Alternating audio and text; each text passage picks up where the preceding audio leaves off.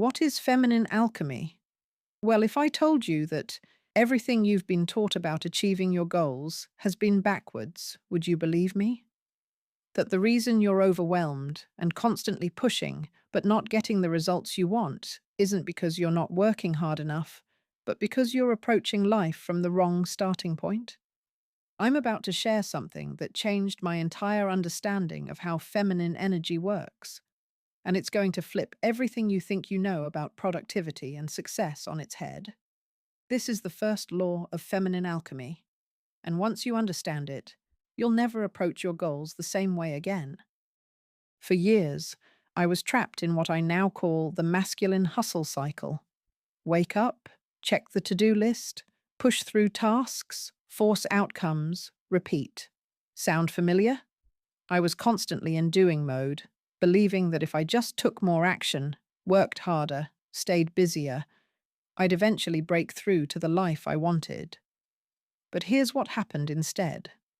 I burned out, felt disconnected from myself, and despite all that effort, my results felt forced and unsustainable. Then I discovered something that completely revolutionized my approach to life and work. The first law of feminine alchemy states that your energetic state creates your reality, not your actions.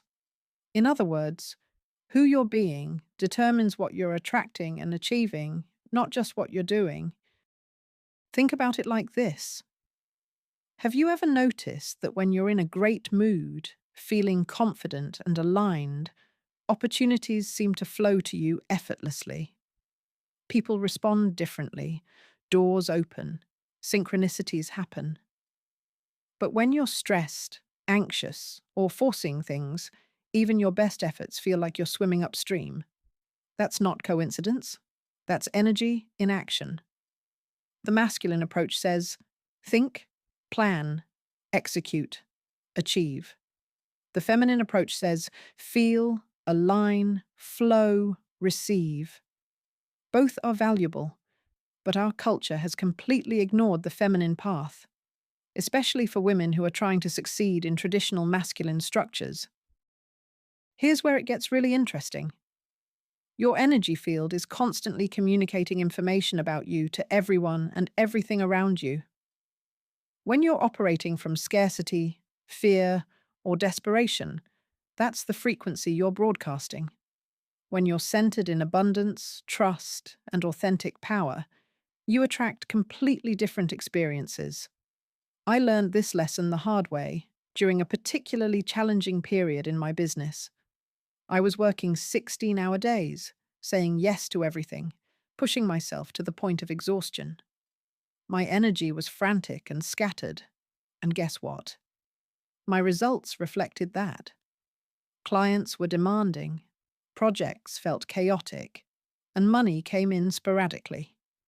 I was creating from a place of lack, so lack is what I received. The turning point came when I decided to experiment with putting energy first. Instead of immediately jumping into action every morning, I started with energy cultivation.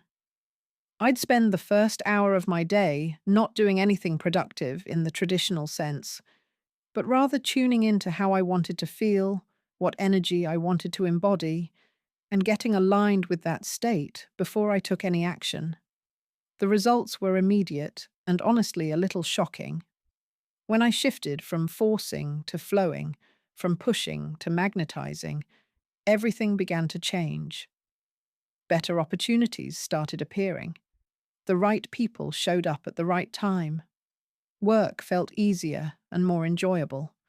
I was doing less, but achieving more, and everything felt aligned and sustainable. But here's what's crucial to understand.